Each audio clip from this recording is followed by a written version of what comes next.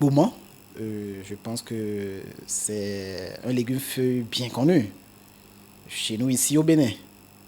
Évidemment, son nom scientifique, c'est, comme vous l'avez dit, Solanum macrocapon. Il s'agit donc d'un légume feuille euh, très connu, très utilisé également, parce que des études ont montré quand même que ça fait partie de l'un des légumes les plus consommés sur tout l'étendue du territoire et je dirais même un peu partout quand même dans le monde. On le prend sous différentes formes, mais c'est vrai que c'est la forme préparée sous forme de légumes gourmands que nous connaissons le plus.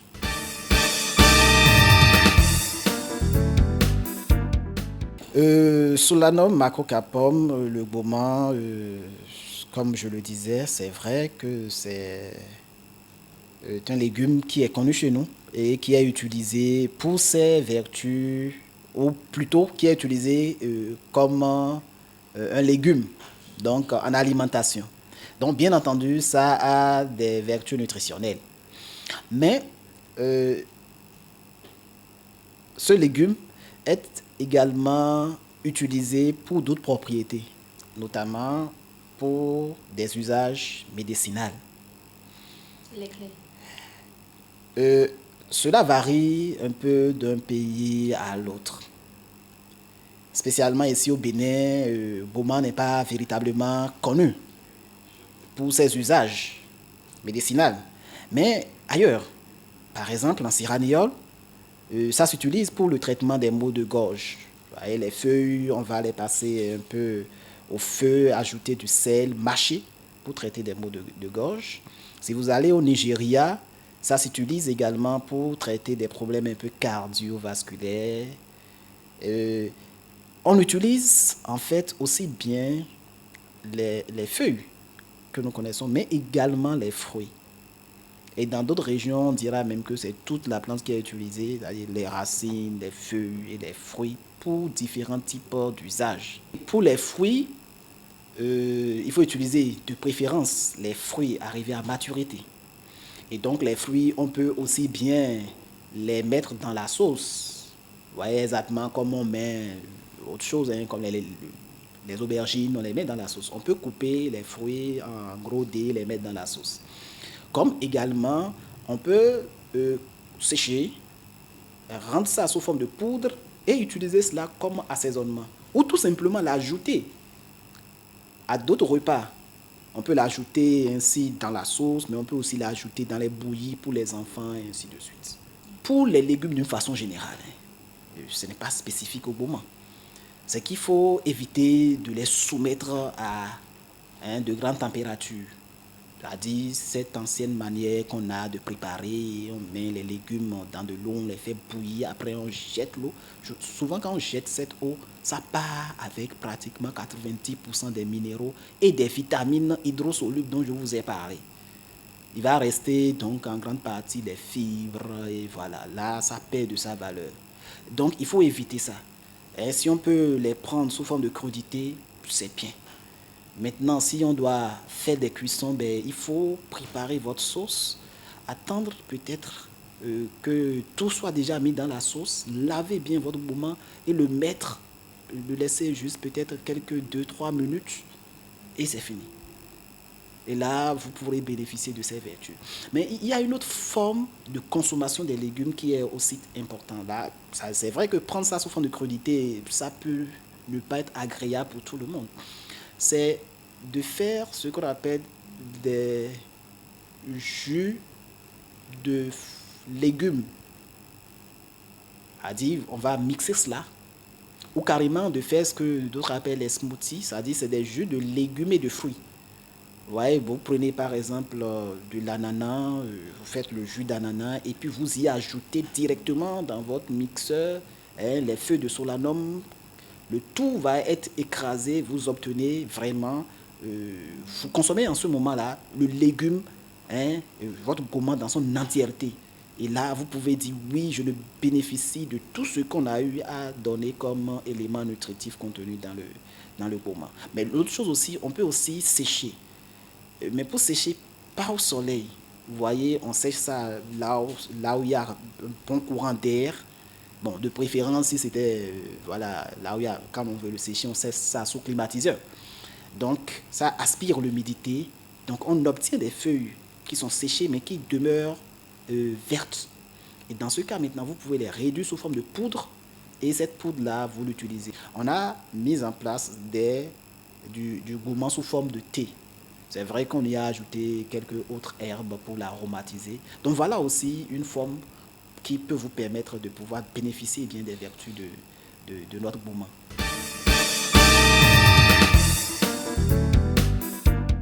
Le gourmand contient un certain nombre de substances qui peuvent apporter des éléments pour aider l'organisme à lutter contre ce qu'on appelle le stress oxydatif. Et donc ces éléments qui sont des polyphénols se retrouvent aussi bien dans les feuilles, dans les fruits, mais en grande quantité dans les racines. Et donc, en utilisant des infusions de ces racines, en utilisant des décoctions de ces racines, on bénéficie de ces substances qui aident l'organisme à réparer les dégâts causés par différents types de substances qui créent au niveau de l'organisme une oxydation. Et c'est cette oxydation-là qui est responsable de différents types de maladies. Lorsque nous prenons le gourmand, nous pouvons distinguer sur le point de vue nutritionnel 3 types de composants. Il y a déjà les minéraux, et ça on le sait. Quand on dit les légumes, c'est que ça vous apporte des minéraux. Et en la matière, au niveau de gourmand, une étude que nous avons réalisée et qui a été menée par un groupe de chercheurs, mon collègue Dr Duyon a même fait sa thèse en grande partie sur ce légume-là. Et donc, nous avons les minéraux. Et au niveau des minéraux, vous verrez qu'il y a le sodium qui se retrouve en une proportion considérable. Il y a le potassium. Il y a le phosphore. Ces minéraux, comme je le dis, se retrouvent aussi bien au niveau des feuilles que des fruits. Mais tout à l'heure, je vous dirai que parfois, les méthodes culinaires que nous avons font peut-être qu'on perd une bonne partie de ces minéraux-là. Et véritablement, quand on consomme notre sauce gourmand, on ne bénéficie plus véritablement de ça. Sinon, les études effectuées là-dessus montrent qu'il y a ces minéraux. Ça fait la première catégorie. Et les minéraux sont très importants pour l'organisme.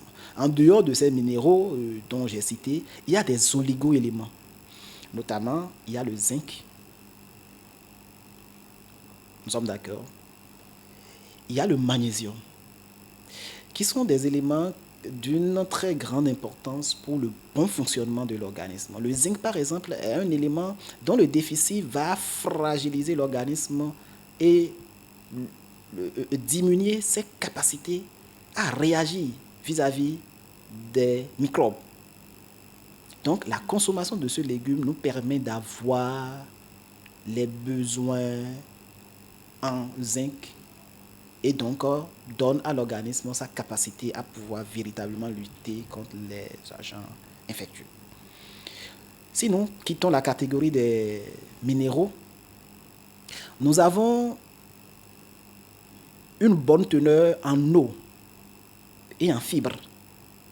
Et les fibres, c'est essentiel pour faciliter une bonne digestion, un bon transit, une bonne élimination de tout ce que nous consommons. Quand on ne prend pas beaucoup de fibres, les déchets vont s'entasser et on dira qu'il y a la constipation avec d'autres types de phénomènes qui vont accompagner cela. Mais en dehors de ça, nous avons également un certain nombre de substances nutritives, des protéines, mais aussi des vitamines, notamment les vitamines hydrosolubles, la vitamine A, la vitamine K1 et la vitamine C qui se retrouvent dans ce légume. Et j'insiste aussi bien au niveau des feuilles qu'au niveau des fruits. Parce que le constat, c'est que les fruits, on ne leur accorde pas une grande importance. Or, les fruits également contiennent beaucoup d'éléments bénéfiques pour l'organisme.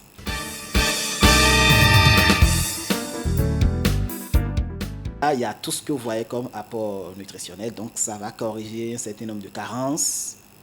C'est très bon. Également, comme substance luttant contre l'hypercholestérolémie.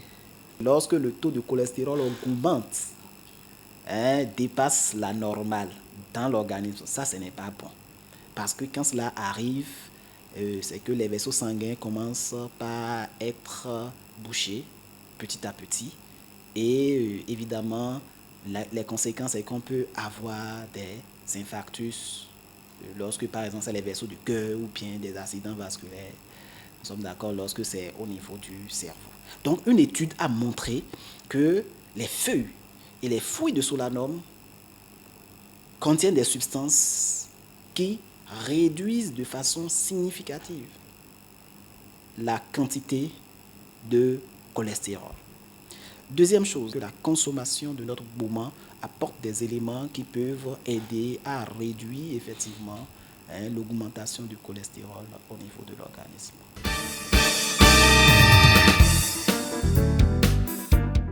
Moi, je peux vous dire à volonté. À volonté parce que, évidemment, l'étude réalisée par notre équipe disponible vers l'étude, c'est Douillon et Hall. Cette étude a montré que la bauman ne présente pas une toxicité. Bauman ne présente pas une toxicité. Mais, comme je le disais un peu plus tôt, nous avons travaillé sur la valeur des feuilles prises dans leur entièreté et des fruits. Je dis les feuilles prises dans leur entièreté parce que lorsqu'on va soumettre après notre bauman à des techniques de cuisson, nous sommes d'accord, on va perdre un certain nombre de sève. En termes de fréquence, je pense si ce n'est pas qu'en consommant la même chose, on finit par se lasser, on peut prendre bauman tous les 2 jours, tous les 3 jours, ou bien 2 ou 3 fois par semaine, sans aucun problème.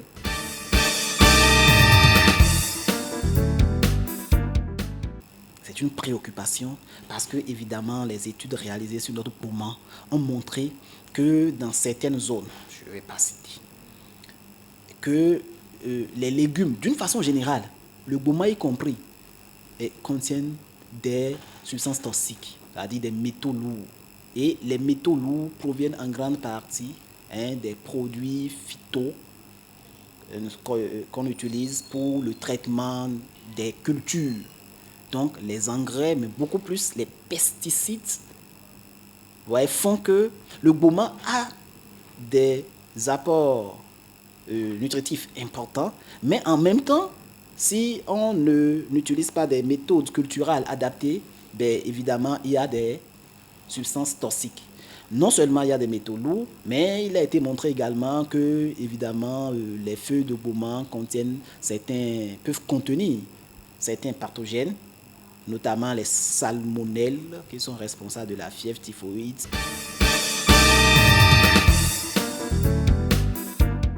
En termes de conseils déjà, il est important que l'on puisse sensibiliser les maraîchers à respecter un certain nombre de règles en termes de culture de ces légumes. Et deuxièmement, les consommateurs, quand vous payez votre bauman arrivé à la maison, il faut le laver correctement. Commencez déjà par le laver avec de l'eau. Lavez-le proprement avec de l'eau, rincez-le plusieurs fois. Et par la suite, maintenant, vous pouvez le tremper quelques minutes dans de l'eau salée. Vous le laissez quelques temps et vous nettoyez à nouveau.